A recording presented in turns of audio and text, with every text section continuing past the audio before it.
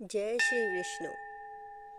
उत्पन्ना एकादशी मार्गशीर्ष मास के कृष्ण पक्ष की एकादशी तिथि को कहा जाता है। पौराणिक मान्यताओं के अनुसार इस तिथि को ही देवी एकादशी की उत्पत्ति हुई थी।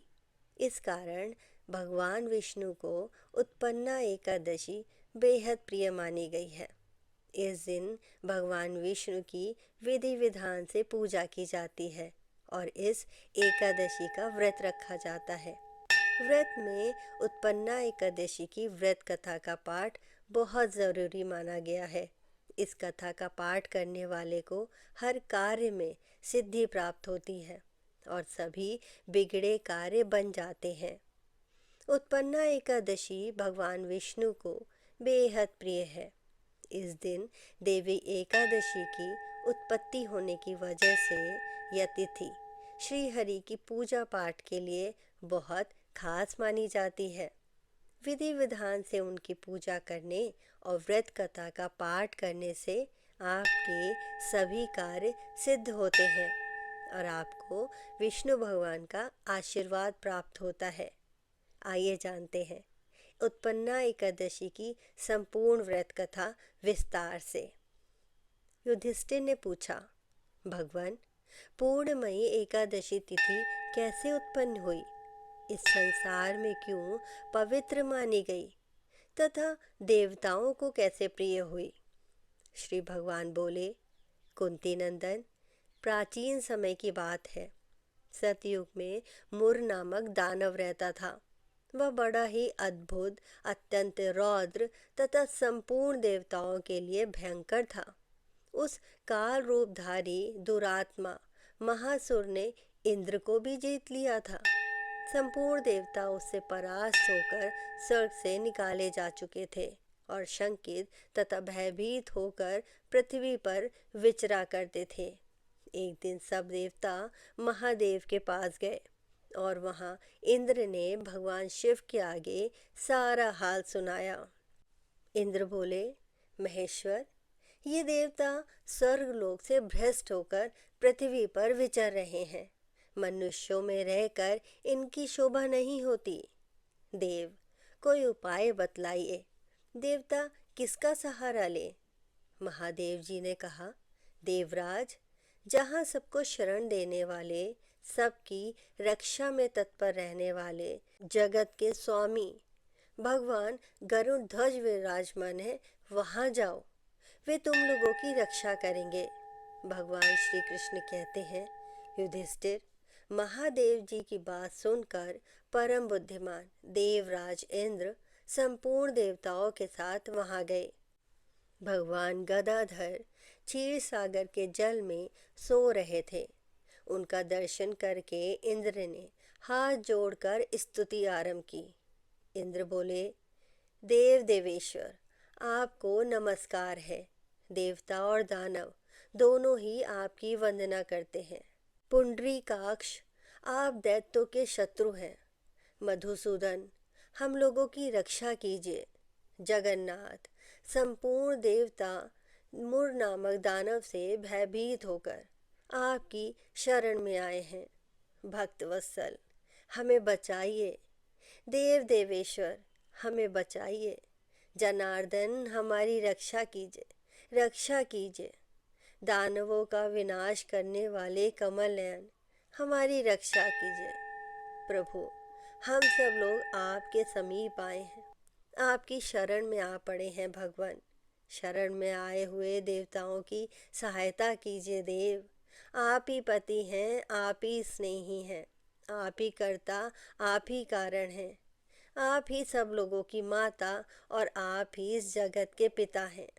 भगवान, शरणागत वत्सल देवता भयभीत होकर आपकी शरण में आए हैं। प्रभु, अत्यंत उग्र स्वभाव वाले महाबली मुर नामक दैत्य ने संपूर्ण देवताओं को जीतकर इन्हें स्वर्ग से निकाल दिया है। इंद्र की बात सुनकर भगवान विष्णु बोले, देवराज, वह दानव कैसा है? उसका रूप और बल कैसा है? उस दुष्ट के रहने का स्थान कहाँ है? इंद्र बोले, देवेश्वर, पूर्व काल में ब्रह्मा जी के वंश में ताल जघन्य नाम का एक महान असुर उत्पन्न हुआ था जो अत्यंत भयंकर था। उसका पुत्र मुर दानव के नाम से विख्यात हुआ। वह भी अत्यंत उत्कट, महापराक्रमी और देवताओं के लिए भयंकर है। चंद्रावती नाम से प्रसिद्ध एक नगरी है, उसी में स्थान बनाकर वह निवास करता है। उस दैत्य ने समस्त देवताओं को परास्त करके स्वर्गलोक से बाहर कर दिया है। उसने एक दूसरे ही इंद्र को स्वर्ग के सिंहासन पर बैठाया है। अग्नि, चंद्रमा, सूर्य, वायु तथा वरुण भी उसने दूसरे ही बनाए हैं। जनार्दन, मैं सभी बात बता रहा हूँ। उसने सब कोई दूसरे ही कर लिए हैं। देवताओं को तो उसने प्रत्येक स्थान से वंचित कर दिया है। इंद्र का कथन सुनकर भगवान जगन्नाथ को बड़ा क्रोध हुआ। वे देवताओं को साथ लेकर चंद्रावतीपुरी में गए। देवताओं ने देखा दैत्यराज बारंबार गर्जना कर रहा है। उससे परास्त होकर संपूर्ण देवता दसों दिशाओं में भाग गए हैं। अब वह दानव भगवान विष्णु को देखकर बोला, खड़ा रहे, खड़ा रहे। उसकी ललकार सुनकर भगवान के नेत्र क्रोध से लाल हो गए। वे बोले, अरे दुराचारी दानव, मेरी इन भुजाओं को देख। यह कहकर श्री विष्णु ने अपने दिव्य बाणों से सामने आए हुए दुष्ट दानव को मारना प्रारंभ किया। दानव भय से विहल हो उठे। पांडुनंदन तत्पश्चात श्री विष्णु ने दैत्य सेना पर चक्र से प्रहार कर दिया। उससे छिन्न भिन्न होकर सैकड़ों योद्धा मौत के मुख में चले गए। इसके बाद भगवान मधुसूदन बदरिकाश्रम को चले गए। वहाँ सिंहवती नाम की गुफा थी जो 12 योजन लंबी थी। पांडुनंदन उस गुफा में एक ही दरवाजा था। भगवान विष्णु उसी में सोए रहे। दानव मुर भगवान को मार डालने के उद्योग में लगा था। वह उनके पीछे लगा रहा। वहां पहुंचकर उसने भी उसी गुफा में प्रवेश किया। वहां भगवान को सोते देख उसे बड़ा हर्ष हुआ। उसने सोचा, यह दानवों का भय देने वाला देवता है, अतः निसंदेह मैं इसे मार डालूंगा। युधिष्ठिर दानव के इस प्रकार विचार करते ही विष्णु के शरीर से एक कन्या प्रकट हुई जो बड़ी ही रूपवती, सौभाग्यशाली तथा दिव्य अस्त्र शस्त्रों से युक्त थी। वह भगवान के तेज के अंश से उत्पन्न हुई थी। उसका बल और पराक्रम महान था। युधिष्ठिर, दानवराज मुर ने उस कन्या को देखा। कन्या ने युद्ध का विचार करके दानव के साथ युद्ध के लिए याचना की। युद्ध छिड़ गया। कन्या सब प्रकार की युद्ध कला में निपुण थी। वह मुर नामक महान असुर उसके हुंकार मां से राख का ढेर हो गया। दानव के मारे जाने पर भगवान जाग उठे। उन्होंने दानव को धरती पर पड़ा देख पूछा, मेरा यह शत्रु अत्यंत उग्र और भयंकर था, किसने इसका वध किया? कन्या बोली, स्वामी, आपके ही प्रसाद से मैंने इस महादैत्य का वध किया है। श्री भगवान ने कहा, कल्याणी, तुम्हारे इस कर्म से तीनों लोगों के मुनि और देवता आनंदित हुए हैं। अतः तुम्हारे मन में जैसी रुचि हो उसके अनुसार मुझसे कोई वर मांगो। देव दुर्लभ होने पर भी वह वर मैं तुम्हें दूंगा, इसमें तनिक भी संदेह नहीं है। वह कन्या साक्षात एकादशी ही थी। उसने कहा, प्रभु, यदि आप प्रसन्न हैं तो मैं आपकी कृपा से सब तीर्थों में प्रधान, समस्त बिंबों का नाश करने वाली तथा सब प्रकार की सिद्धि देने वाली देवी हूँ।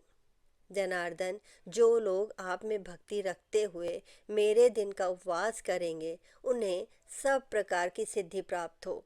हे माधव, जो लोग मेरे व्रत का पालन करें और उपवास करें उन्हें आप धन, धर्म और मोक्ष प्रदान कीजिए। श्री विष्णु बोले, कल्याणी, तुम जो कहती हो सब पूर्ण होगा। भगवान श्री कृष्ण कहते हैं, युधिष्ठिर, ऐसा वर पाकर महाव्रता एकादशी बहुत प्रसन्न हुई। दोनों पक्षों की एकादशी सामान्य रूप से कल्याण करने वाली है। इसमें शुक्ल और कृष्ण का भेद नहीं करना चाहिए। यदि उदय काल में थोड़ी सी एकादशी, मध्य में पूरी द्वादशी और अंत में किंचित त्रयोदशी हो तो यह त्रिस्पर्शा एकादशी कहलाती है। यह भगवान को बहुत ही प्रिय है। यदि एक त्रिस्पर्शा एकादशी का उपवास कर लिया जाए तो एक सहस्त्र एकादशी व्रतों का फल प्राप्त होता है। इस प्रकार द्वादशी में पारण करने पे सहस्त्र गुना फल माना गया है। अष्टमी, एकादशी, षष्ठी, तृतीया और चतुर्थी ये यदि पूर्व तिथि से विघ्न हो तो उनमें व्रत नहीं करना चाहिए। परिवर्तनी तिथि से युक्त होने पर भी इनमें उपवास का विधान है।